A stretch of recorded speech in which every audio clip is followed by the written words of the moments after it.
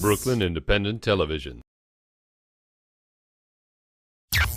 Joining me in the studio this week is a young man I've known for quite some time, and right now he's in his third year as Northeast College Scout for the New Jersey Nets, who will soon be coming to Brooklyn. I'd like to welcome Khalid Green. Khalid, welcome. Thank you. Yeah. Appreciate it. Yeah, as far as you're in your third year, first year, what was that like? You're really growing into your position as a scout. Explain that. How's the growth going? The growth is going great. Blessed to be in this position. Just learned a lot, and now I'm applying what I learned from my first 2 years. Doing a lot of research as far as what translates as far as a college player to the NBA, and just learned a lot and appreciate the opportunity. Explain that. What does translate a college player into an NBA player? Because some college players are all world in the NCAA, which is nothing wrong with that because not too many people get a chance to play at that level. Right. And some people play real well at the high school level, which is nothing wrong with that either. Nothing wrong but with translating that game into the NBA game, what do you look for? Especially at the various positions, let's say like point guard. Well, I mean, first, you have to understand the NBA game and the NBA player is a special type of player. They are bigger, they're stronger, they're more athletic, and they have more speed than the average player. So that right there differentiates them from college and high school players. And it takes a certain type of individual, whether it's an extreme IQ when we're talking about point guards. For two guards, we look at athleticism, and obviously that's a scoring position, so that's somebody that we want to score the ball in many ways as far as shooting and being able to finish above the rim. And for fours and fives, we look for, that's the power position, so we look for strength, agility, athleticism, and a competitive nature. And also how each player can fit into the program. That's real important too, because a player could be really play well, but if he doesn't fit, then his talents will never really shine that way. I mean, it's like a big puzzle. Mm-hmm. A team is a puzzle at all levels, whether it be high school, AAU, or college, or the NBA, and you have to fit and blend in with the other players that are on the team. Mm-hmm. And now you, as far as now you're in your third year, you're able to recognize those intricacies quicker than you were in the first or second year. Yeah, I think so. I don't think it's an exact science, but I do think that I've gotten better with being more detail-oriented as far as what we're looking at. And I think I've gotten better with understanding that, like you said, some guys are better in college, and sometimes their games might not translate to the NBA. And I usually try to look for somebody that resembles somebody in the NBA when I look at a college player. As far as what have other scouts told you also? I mean, as far as I know, there are some mentors out there that perhaps are bringing you along and told you different things. This is what you should look at, or this is what you should look for. Well, I think the biggest thing is to always study the NBA game, because the more you study the NBA game, you really see where that, for example, somebody might be a star in college, but they might only fit as a role player in the NBA. So when I look at, so that's one of the things that, is constantly drilled in my head, is to really study the NBA game. I try to go to as many NBA games as I can, so I don't get blindsided by the college star. Now, there are several players that you have coached at the high school level now playing in the league. Yes. Name some of those players. Devin Ebanks, he's currently playing at with the Los Angeles Lakers. This is when you coached at Bishop Lockwood. At Bishop Lockwood. Before joining the New Jersey Nets, you were head coach of boys basketball at Bishop Lockwood High School. So Devin Ebanks, he's playing with the Los Angeles Lakers. I was on the Panthers AAU program. I was a coach and administrator with them. Joe Kim Noah was with us. He's playing with the Chicago Bulls. Derek Characters was with us. He's playing with the Los Angeles Lakers. So those are a few guys that I've been around. Sebastian Telfair when I was with Juice All-Stars, when I was a coach with Juice. He's obviously with the Minnesota Timberwolves. And also Lance Stevenson, who's Lance also Stevenson, right now.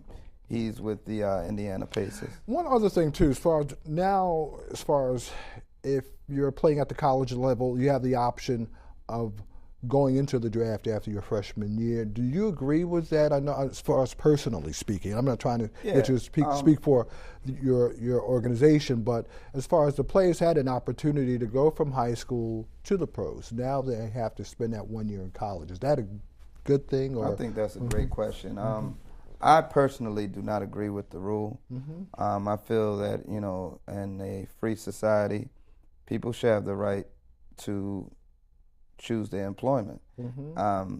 These guys are going to college. These are special guys that are going to college to play basketball. And, in that 1 year of college, they only take about 9 credits of school, and then you don't even know what they're taking. It's probably nothing major. And, in that time, they are risking an opportunity to get paid. But are they enhancing their overall games at all? I really don't think so. I happened to be around when ABCD camp was going on, and I saw LeBron. LeBron would not have been any different if he spent 1 year in college. I saw Brandon Jennings in ABCD. He would not have been any different if he spent 1 year in college. The talent level does not change in 1 year like that drastically. I saw Dwight Howard in ABCD. This is before they made the rule that guys had to go to college. Dwight Howard would have benefited the college more than it would have been beneficial to himself. Sebastian Telfair. Sebastian Telfair is a player that probably benefited from coming out of high school quickly, because as a point guard that probably doesn't shoot that well, scouts like me would have put the microscope on that and put red flags on him saying that he can't shoot, and that might have dropped his stock. When we come back with Khalid Green, we're going to talk about the Nets also coming to Brooklyn next year, and also Carmelo Anthony possible maybe coming here. I don't know. You know something? I don't know. You know. We'll be back for more right after this. Welcome back. In case you're just joining me, is in the studio is Khalid Green, Northeast College Coordinator and Scout for the New Jersey Nets, who will be coming to Brooklyn in 2012. Speaking of that move, how's that transition going? I know they're not officially here, but they're coming. And I know it's a slow transition for some of us, but I believe they're already ahead of us, right, the Nets organization? Yeah, I mean, they're obviously building the arena as we speak. And while they're building the arena, we're trying to build a team.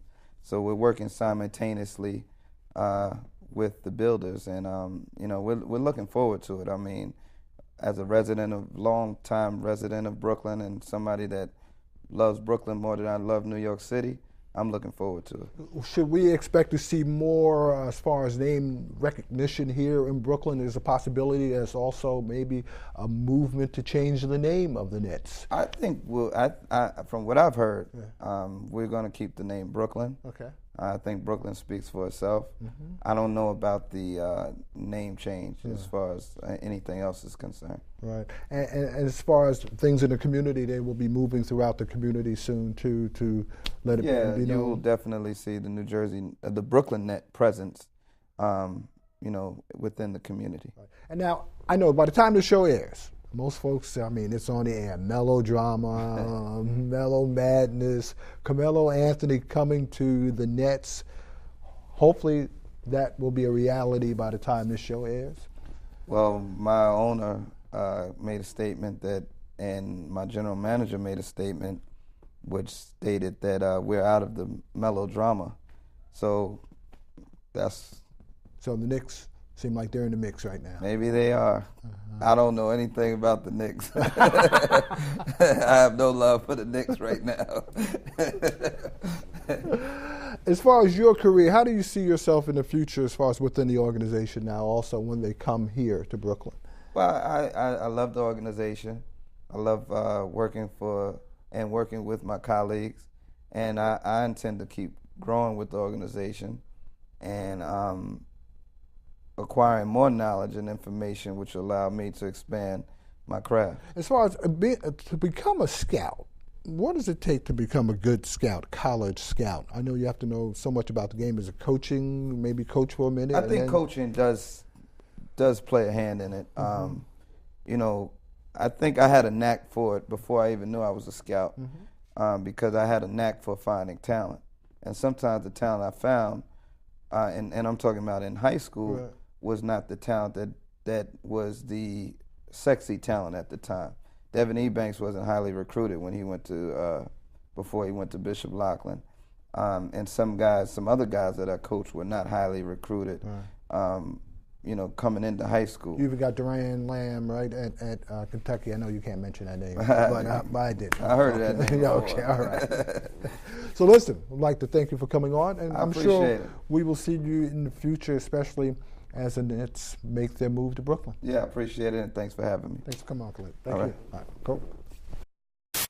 Download this program's podcast on iTunes. Keywords Brooklyn Independent Television.